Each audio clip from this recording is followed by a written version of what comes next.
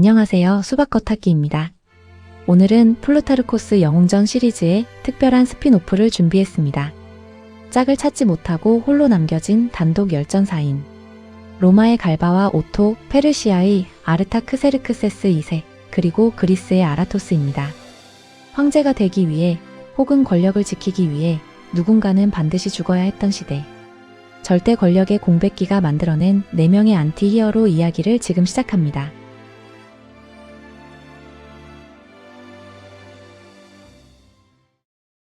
플루타르코스의 영웅전, 원제 비오이 파랄렐로이는 고대 그리스와 로마의 위대한 인물들을 짝지어 그들의 도덕적 결함과 미덕을 탐구한 도덕 철학서이자 정기 문학의 정수입니다.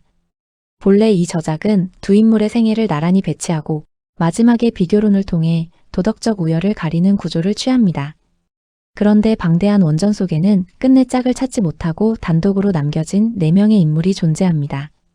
이 4편의 단독 열전은 단순한 미완성작이나 부록이 아닙니다.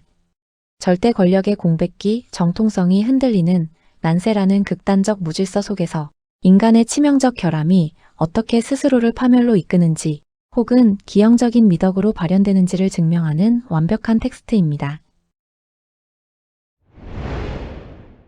첫 번째 인물은 갈바입니다. 원칙이라는 이름의 치명적 인색함. 모두가 황제감이라 믿었던 남자는 왜 단 7개월 만에 광장에서 찢겨 죽어야 했을까요? 기원 후 68년 네로 황제의 폭정에 항거하는 반란이 일어났을 때 로마 제국은 갈바야말로 제국을 통치할 적임자라고 믿어 의심치 않았습니다. 그는 당시 로마에서 가장 부유한 귀족 중 하나였고 엄격하고 공정한 통치자로 검증된 경력의 소유자였죠. 그러나 영광스럽게 시작된 그의 통치는 시대의 변화와 조직의 생리를 읽지 못한 경직된 리더십 탓에 불과 7개월 만에 수많은 피를 뿌리며 참담한 실패로 막을 내립니다. 갈바는 아우구스투스의 아내 리비아 드루실라의 후원으로 정계에 입문한 뒤 게르마니아, 아프리카, 히스파니아 등 여러 속주의 총독을 역임했습니다. 전통적 로마 귀족의 규율과 검소함을 갖춘 이상적인 공직자였습니다. 서기 68년 3월 갈리아 루구두넨시스 총독 가이우스 율리우스 빈덱스가 네로 황제의 폭정에 반발해 반란을 일으켰습니다. 히스파니아 타라코넨시스 총독으로 재직 중이던 그는 빈덱스의 반란에 동조합니다. 탐욕스러운 네로의 대척점에 선 구원자이자 공화정적 가치의 수호자로서 원로원의 지지를 얻어 황제로 추대된 것입니다. 갈바의 생애를 정리해 보겠습니다. 기원전 3년경 태어난 그는 전통 귀족으로 여러 속주 총독을 역임하며 흠잡을 데 없는 경력을 쌓았고 기원 후 68년 빈덱스의 반란에 동조해 황제로 추대됩니다. 그러나 로마 입성길 밀비우스 다리에서 비극이 벌어집니다. 네로가 해군에서 징집했던 제1군단 아디우트릭스 병사들이 정규군 승격을 요구하자 갈바는 이를 거절하고 수천 명을 학살해버린 것입니다. 자비 없는 늙은 폭군이라는 여론이 퍼지기 시작했죠. 이어 그는 근위대에게 약속된 하사금 지급마저 거부합니다. 그리고 기원 후 69년 1월 자신을 황제로 만들어준 야심가 오토를 배제하고 전통 귀족 출신 피소를 후계자로 지명하는 결정적 패착을 두고 맙니다. 플루타르코스가 지목한 갈바의 치명적 결함은 시대착오적 인색함과 경직성이었습니다. 기원전 27년 아우구스투스가 초대 황제로 즉위하면서 시작되어 서기 68년 네로가 자결할 때까지 이어진 로마 제국의 첫 번째 왕조인 율리우스 클라우디우스 왕조가 무너진 뒤 로마 제국의 실질적 권력 기반은 원로원이 아니라 물리력을 독점한 군단병과 근위대로 이동한 상태였습니다. 그런데 갈바는 병사들에게 약속된 하사금을 전면 취소하면서도 빈니우스나 해방노의 이켈루스 같은 측근들의 굳고 횡령은 눈 감아주는 심각한 위선적 리더십을 보였습니다. 반면 그의 미덕은 구시대 로마 귀족 고유의 엄격함이었습니다. 황제에 오르기 전까지 그의 낡은 원칙은 부패를 막는 훌륭한 방패였고 그는 공화정적 가치의 마지막 수호자였습니다. 그러나 최고 권력자가 된 순간 그 원칙은 조율과 타협을 거부하는 아집으로 변질됩니다. 나는 병사를 징집할 뿐 돈으로 사지 않는다.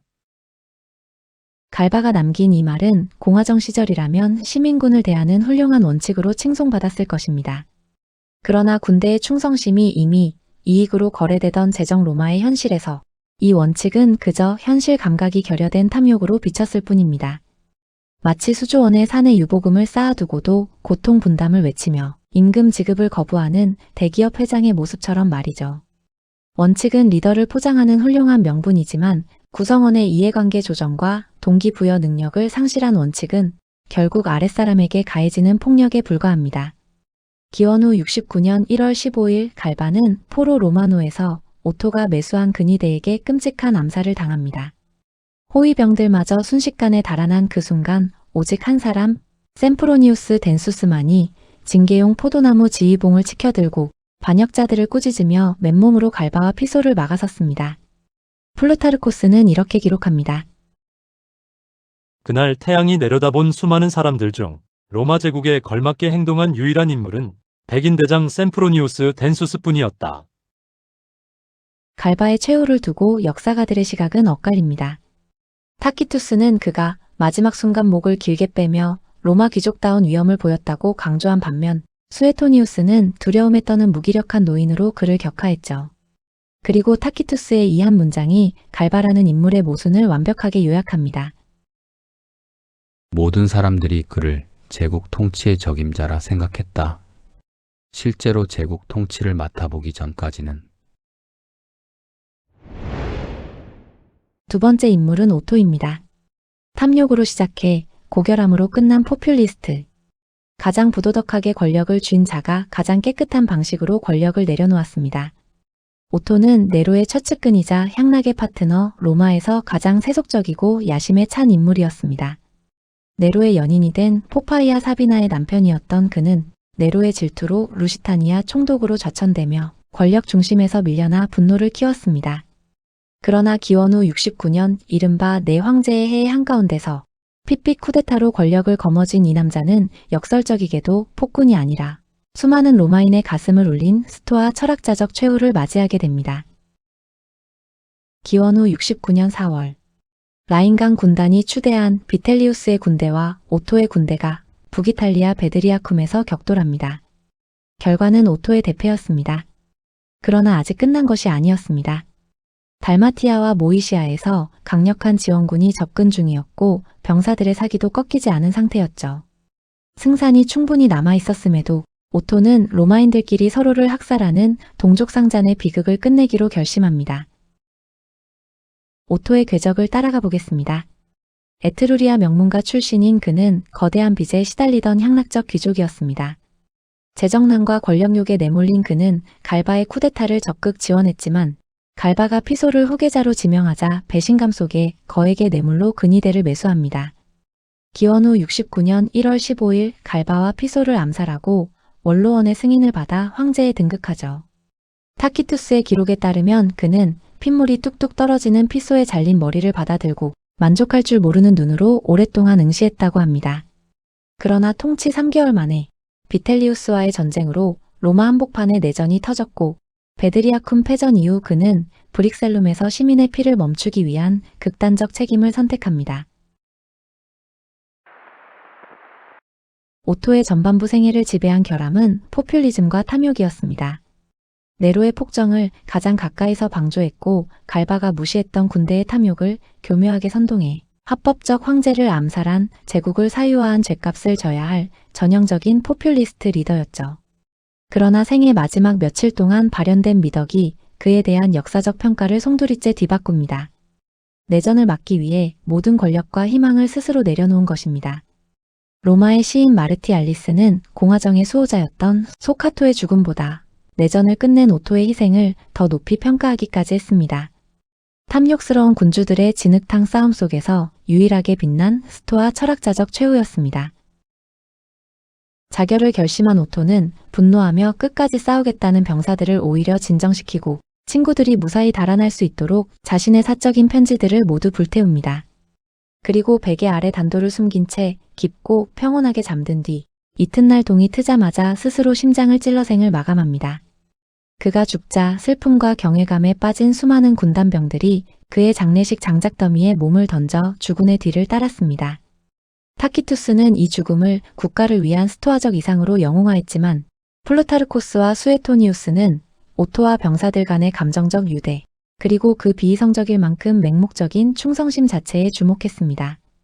부패한 리더를 위해 자신의 삶마저 내던지는 이 맹목성은 극단적 진영 논리에 매몰된 현대의 팬덤 정치를 비판적으로 성찰하게 만드는 거울입니다. 한 사람을 위해 많은 이가 죽는 것보다 모두를 위해 한 사람이 죽는 것이 옳다. 오토의 마지막 결단입니다. 권력을 얻는 과정의 정당성이 완전히 훼손된 리더가 조직 전체를 구원할 수 있는 유일한 길은 역설적으로 스스로 모든 권한을 내려놓는 완전한 책임뿐임을 그는 증명했습니다. 세 번째 인물은 아르타크세르크세스 2세입니다. 유약함이 낳은 궁정의 피바람과 제국의 쇠락. 이제 무대를 로마의 내전에서 동방의 페르시아 제국으로 옮겨보겠습니다. 아르타크세르크세스 2세는 플루타르코스 영웅전 전체에서 유일한 이민족 열전의 주인공입니다. 기억하는 자라는 뜻의 문에몬이라 불린 그는 기원전 404년 대관식 직전 동생 키루스의 암살 시도가 발각되었음에도 어머니의 간청에 못 이겨 동생을 용서할 만큼 온화하고 부드러운 성품의 소유자였습니다. 그러나 인자한 군주라는 포장 뒤에 숨겨진 치명적 유약함은 궁정 내부의 끔찍한 권력 투쟁과 숙청을 방조하며 제국의 근간을 흔들게 됩니다. 기원전 401년 사르디스로 쫓겨났던 동생 키루스가 그리스 용병 1만 명을 고용해 다시 반란을 일으킵니다. 크세노폰의 명저 아나바시스의 배경이 된 쿠낙사 전투입니다. 키루스는 난전 중 전사했지만 여기서 왕의 속물성이 드러납니다. 아르타크세르크세스는 자신이 직접 동생을 죽였다고 선전하며 타인의 공로를 가로챘고 궁정의 술자리에서 무심코 진실을 발설한 충성스러운 병사를 잔혹하게 고문해 입을 막아버립니다. 진실을 말한 병사 미트리다테스에게 내려진 형벌은 배 두 척의 형벌 스카피즘이었습니다. 두 척의 배 사이에 몸통을 묶어 머리와 사지만 내놓게 한 뒤 얼굴과 몸에 꿀과 우유를 발라 태양 아래 방치하는 형벌입니다. 벌레떼가 몰려들어 산채로 내장을 파먹었고 미트리다테스는 무려 17일간 극심한 고통 속에 서서히 죽어갔습니다. 한편 궁정에서는 어머니 파리사티스의 관기가 폭주하고 있었습니다. 그녀는 아들인 왕과의 내기주사의 놀이에서 이긴 대가로 키루스의 목을 베었던 환관 마사바테스의 신병을 넘겨받아 산채로 가죽을 벗겨 죽였습니다. 그리고 급기야 며느리 스타테이라를 제거하기 위해 한쪽 면에만 치명적인 독을 바른 칼로 진귀한 새 린타케스를 반으로 가른 뒤 독이 묻지 않은 쪽은 자신이 먹고 독이 묻은 쪽을 며느리에게 먹여 암살합니다. 왕은 어머니와 아내 사이의 이 끔찍한 살육전을 통제하지 못한 채 그저 방조할 뿐이었습니다. 그럼에도 아르타크세르크세스에게는 제국의 웅대함에 걸맞은 미덕, 관용이 있었습니다. 가난한 농부가 바칠 것이 없어 강물을 양손에 떠바치자 이를 기쁘게 받아 마시고 값비싼 선물로 보답했고 깨진 질그릇을 바친 이에게도 화를 내지 않았죠. 그러나 이 자비로움은 혈연이 얽힌 궁정 암투 앞에서는 무기력하게 증발해버렸습니다. 사료의 문제도 흥미롭습니다. 플루타르코스는 페르시아 궁정 의사였던 크테시아스의 기록 페르시카를 광범위하게 인용하면서도 과장되고 허풍이 심하다며 비판적으로 교차 검증했고 학자 데이논과의 세부 이견 속에서도 인물의 본성을 드러내는 가장 극적인 버전을 채택했습니다. 시스템이 아닌 비선 실세와 혈연에 의해 굴러가는 조직이 얼마나 끔찍한 괴물로 변하는가. 선량하지만 무능한 총수 뒤에서 가족들이 전횡과 숙청을 반복하는 오늘날 재벌가의 형제의 난과 모자의 난이 완벽한 고대 버전입니다. 마지막 인물은 아라토스입니다. 위경련을 앓는 비겁한 전략가와 생존술. 영웅전에 결코 어울리지 않을 것 같은 이 겁쟁이는 어떻게 그 험난한 시대를 움직였을까요? 아라토스는 헬레니즘 시대 소도시들의 연합체인 아카이아 동맹을 펠로폰네소스 반도 최고의 세력으로 키워낸 정치인입니다. 그는 탁월한 게릴라 전술가이자 외교의 달인이었지만 치명적인 비밀이 하나 있었습니다. 대낮의 평원에서 정규전이 벌어질 때면 극심한 위경련과 식은땀, 온몸의 떨림을 동반한 공황 증상. 이른바 프리케를 겪었던 것입니다. 그러나 그는 뛰어난 첩보술과 외교적 실용주의로 이 약점을 덮으며 위기를 돌파해 나갑니다. 기원전 271년 시키온에서 태어난 아라토스는 7살 때 아버지가 암살당하고 아르고스로 망명하는 끔찍한 유년기를 보냈습니다. 이 트라우마는 그의 성격, 즉 공포와 극복이라는 이중성에 결정적 영향을 미쳤죠. 기원전 251년 20대 초반에 그는 야간 기습으로 시키온의 참주를 몰아내고 민주정을 복원한 뒤 도시를 아카이아 동맹에 가입시킵니다.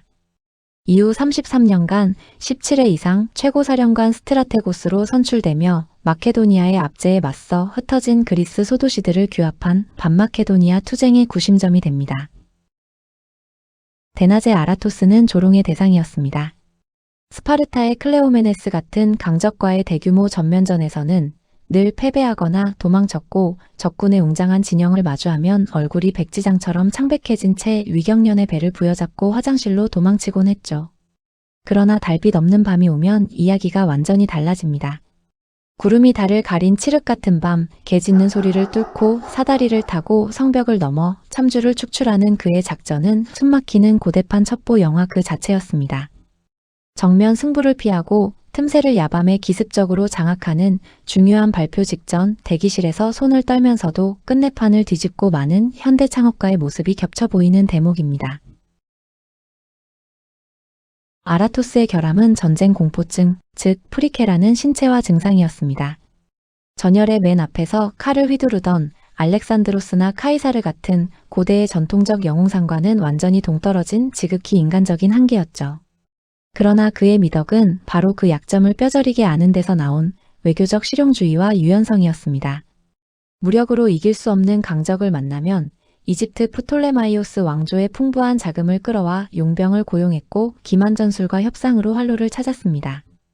그리고 기원전 222년 스파르타의 위협 앞에 동맹이 멸망할 위기에 처하자 평생을 바쳐 싸워온 주적 마케도니아의 안티고노스 3세에게 머리를 숙여 원군을 청하고 끝내 스파르타를 격파합니다. 명예로운 죽음 대신 오욕을 감수하는 살아남는 정치였습니다. 아카이아 동맹 출신 역사가 폴리비오스가 그의 정치적 공로를 변호한 것과 달리 플루타르코스는 영웅주의의 틀에 얽매이지 않고 그의 심리적 불안과 신체화 증상까지 감추지 않고 임상적으로 기록했습니다. 이제 네 사람을 나란히 놓아보겠습니다. 로마의 갈바는 시대착오적 인색함이라는 결함과 공화정의 엄격함이라는 미덕을, 오토는 포퓰리즘과 탐욕이라는 결함과 내전을 막은 자기희생이라는 미덕을 지녔습니다. 페르시아의 아르타크세르크세스는 통제 불능의 유약함과 백성을 향한 소탈한 관용을, 그리스의 아라토스는 전쟁 공포증과 외교적 생존수를 함께 품었죠.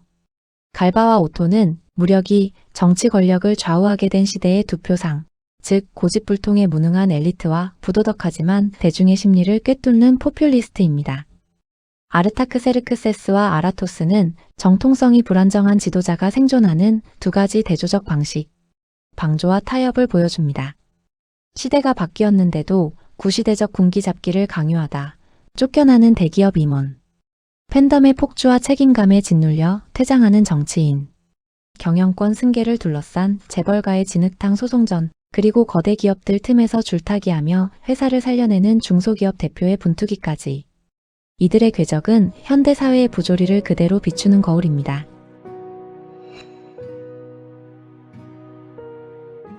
플루타르코스가 형식적으로 짝을 맺지 않은 이 네 사람을 영웅전의 거대한 서사 속에 함께 남겨둔 메시지는 분명합니다. 견제받지 않는 절대 권력의 공백은 인간의 가장 저열한 욕망을 끌어내며 시스템이 부재한 곳에서는 개인의 도덕적 결함이 곧바로 국가적 재난으로 이어진다는 것입니다. 이들은 완전 무결한 정복자도 이상적인 철인도 아닙니다. 흠결투성이의 연약한 인간들이 권력이라는 거대한 괴물 앞에서 어떻게 파괴되고 또 어떻게 기형적인 방식으로 살아남는지를 보여주는 훌륭한 반면교사입니다. 도덕적 영웅이 사라진 시대, 4명의 안티 히어로가 던지는 부조리의 미학은 오늘날에도 여전히 유효합니다. 오늘 영상이 흥미로우셨다면 구독과 좋아요 부탁드립니다. 지금까지 수박 겉핥기였습니다. 감사합니다.